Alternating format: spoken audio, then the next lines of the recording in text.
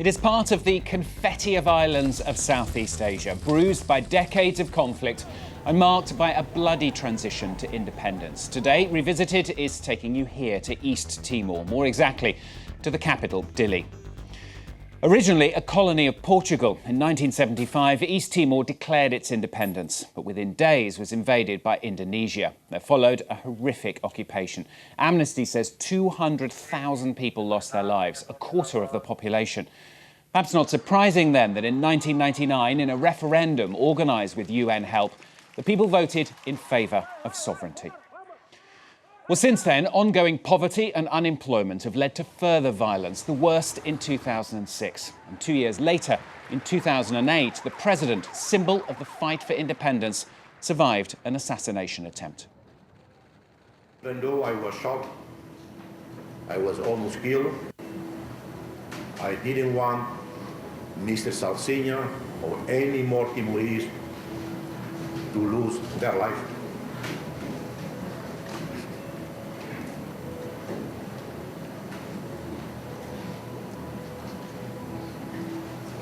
Sorry, been a bit emotional. Too many Timorese have lost their lives, even the president himself. But Mr. Salsinha has to surrender to justice. At the end of 2012, the Blue Helmets of the UN finally left East Timor after 13 years of peacekeeping. Dili has found political stability with successful elections, but poverty remains amongst the highest in the world, unemployment at around 40%. The government hoping for better days, thanks mainly to huge offshore oil and gas deposits. Well, our correspondents Cyril Payen and Pierre Veroux have seen what life is like there now through the eyes of 3 generations of the same family. Here's their report.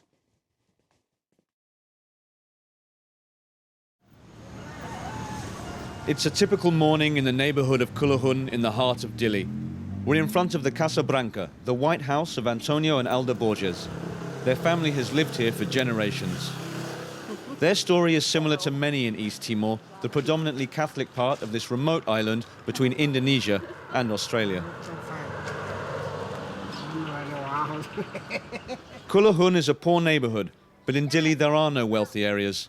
In this street, people live, or rather survive, on less than $1 a day, the national average. But Antonio and Alda feel free now. Their young nation is only 10 years old, born from tears and blood after 4 centuries of Portuguese colonial rule, followed by 25 years of Indonesian oppression. That's Antonio, a long time ago. He was young. He was a sailor. And these are his friends. They're all dead now. He disappeared during the Portuguese era, and he was killed by the Indonesians, him too.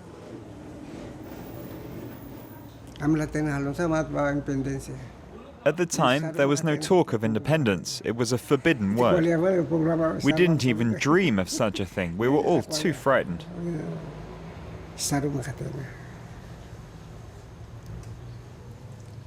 For generation after generation, the Borges family of Kulahun survived the vicissitudes of war.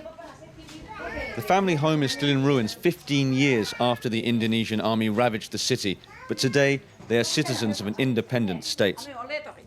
Look, I got this invitation. It comes from the president himself.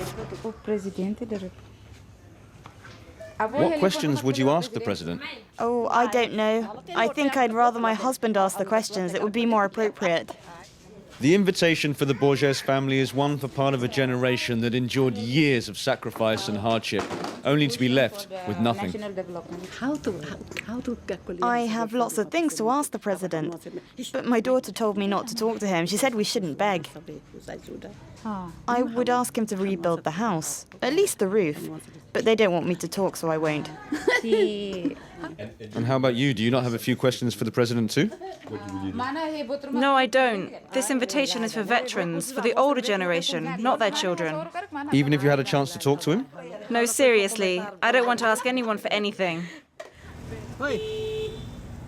This is Celestino da Silva, a 40-year-old taxi driver. Hey, slow down. Where are you going?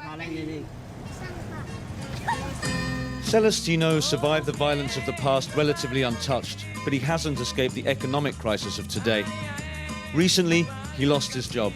Like 1,000 others here, he was a driver for the United Nations during a decade of reconstruction. But the UN mission has ended, leaving a mixed mark on the country. And he was under few illusions when he bought his taxi. Dili's expensive. Only the civil servants can make ends meet. The rest of us have to go to the pawn shop each week to get enough money for food and clothes. The Timorese paid a heavy price for their independence. Youth unemployment in Dili stands at 40%, and most people have yet to benefit from the massive oil reserves beneath the Timor Sea. We're all fishermen here, and we need one thing to work. It's oil. Timor has oil. So why is it so expensive? It's the UN's fault. It's the same for me. People complain about the price of taxis, but we're ruled by the price of petrol. It's a vicious circle, and we can't do anything.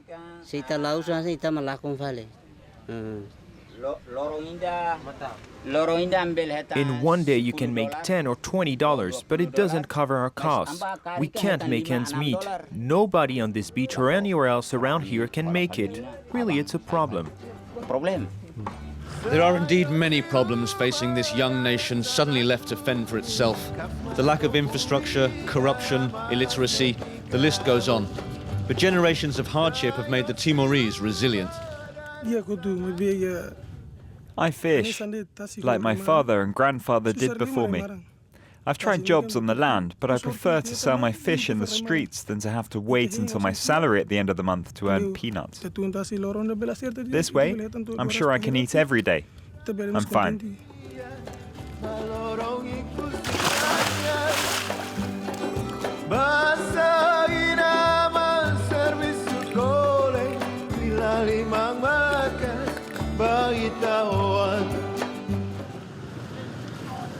Today is a holiday in Dili, and 3 generations of the Borges family have set out for one of the city's main attractions, Timor Plaza, the capital's only air-conditioned shopping mall. Are we going too fast, Dad? Look, there's a lift. Is it a lift? You can go on it. There are people in it. For many, the highlight of Timor Plaza is its lift. Is Dad coming with us? I don't know, I don't think so. Excuse me, sir, can old people go in the lift? Yes, it's allowed. Finally, though, only the daughter and granddaughter take the ride.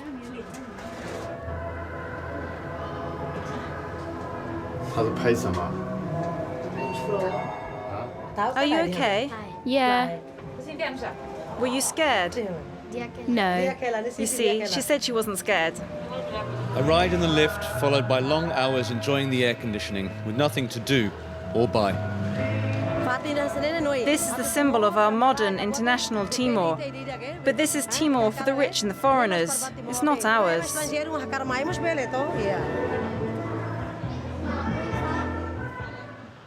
On a beach on the outskirts of Dili lies a cemetery, the cemetery of the former United Nations carpool. Hundreds of vehicles sit here abandoned following the departure of international staff. Somewhere in there is an old car, the old life of Celestino. The foreigners are leaving, so it's really a leap into the unknown for us Timorese. Now, we have to depend almost entirely on the government. And that's what's dangerous, because they're corrupt and incapable. Dili is facing tough times ahead. Frustration and anger are growing, and in some parts of the capital, the night belongs to the gangs. The police force, established and trained with foreign assistance, gets little respect from the locals. The police are viewed as a legacy of the UN mission that many Timorese came to resent, despite initially being seen as a protector and savior of the country. Let them go. Yes, they can leave. As Timorese, we will take care of our own problems. This is our home, our country. We fought for independence. So why should we rely on foreigners to decide our future for us?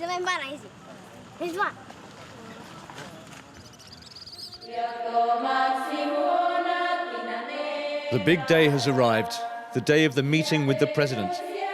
At Villa Branca, everyone has risen early, even those who are not invited. Antonio, Alda and his brother Alfonso, veterans of the resistance, have dressed in their finest clothes, but there is little for them to celebrate. Today we mark the 10th anniversary of independence.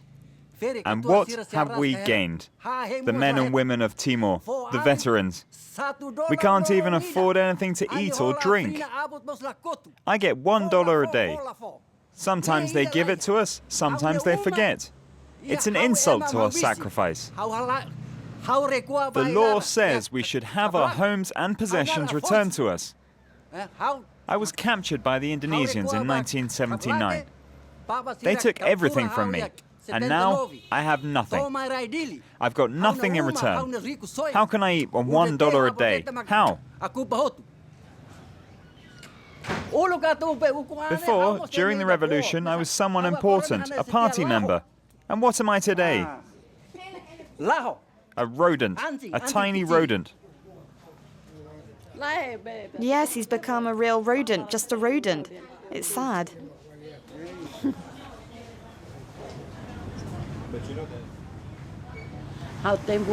He gave so many years to the independence movement, and look at his life today. It isn't fair. 13 years for the revolution and then this. Yes, 13 years, for damn nothing. We all get $1 a day, well, sometimes, and everything has to be bought with that single dollar. The bus arriving at the presidential palace is filled with those who grew up under the Indonesian occupation, which left 200,000 dead in 25 years. The continued failure to rehabilitate tens of thousands of former resistance fighters is one of the main criticisms leveled at successive governments. It's the first time we've come here. Do you know what to do? Do we have to sign a register? Where's the president? On the second floor?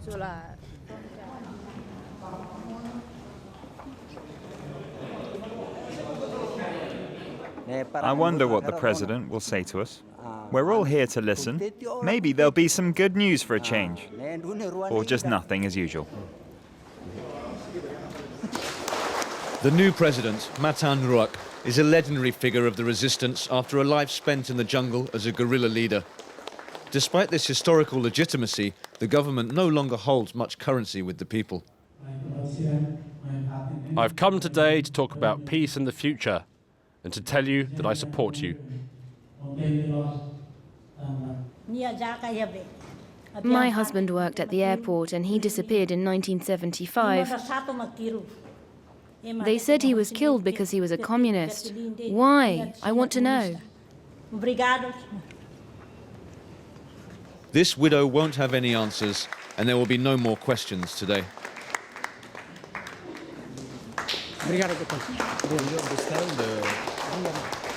Mr. President, do you understand the frustrations of the East Timorese with the economy and everything else? Timor-Leste is fighter. We do what no one is believed in our history. Will you win the war against poverty? Obviously. It's over, and the president has gone. The Borges didn't dare say a word or raise a complaint. Printed on the banknotes of this young nation are the words unity and progress. Two dreams that maybe one day the Timorese will see realized. With Alda and Antonio, who once didn't even dare to think of independence, and Celestino trying hard to believe in the future and his luck, who knows how many generations of Timorese will continue to pin their hopes on distant tomorrows. Life now in Dili, seen through the eyes of the Borges family. Well, that's it from Revisited for now. Stay tuned, of course, to France 24 for more editions.